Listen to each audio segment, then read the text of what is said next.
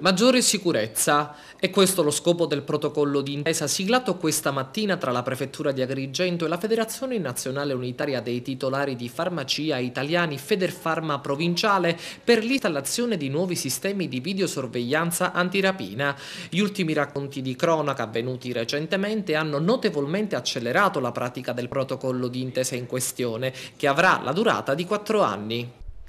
Rappresenta la voglia della società civile agrigentina, nel caso di specie chiaramente stiamo parlando dei rappresentanti delle farmacie, di stringere un ulteriore patto di alleanza con le istituzioni dello Stato. E di questo bisogna ringraziare molto la società civile e il lavoro veramente certosino che svolgono tutti i giorni le forze dell'ordine, la Polizia di Stato, l'Arma dei Carabinieri, la Guardia di Finanza, che veramente con la loro attività promanano fiducia e che genera poi alla fine la necessità e l'intenzione di lavorare spalla contro spalla per dare un valore aggiunto, un qualcosa di più a questo territorio. Come detto, il protocollo d'intesa in questione prevede l'interazione diretta degli apparati di videosorveglianza installati presso gli esercizi commerciali direttamente con le centrali operativi della Polizia di Stato e dell'Arma dei Carabinieri per un maggiore e più tempestivo intervento. Il protocollo d'intesa è importante perché in tempo reale dà la possibilità di mettere in linea e quindi in contatto i sistemi di videosorveglianza delle farmacie che per l'80% sono già installati,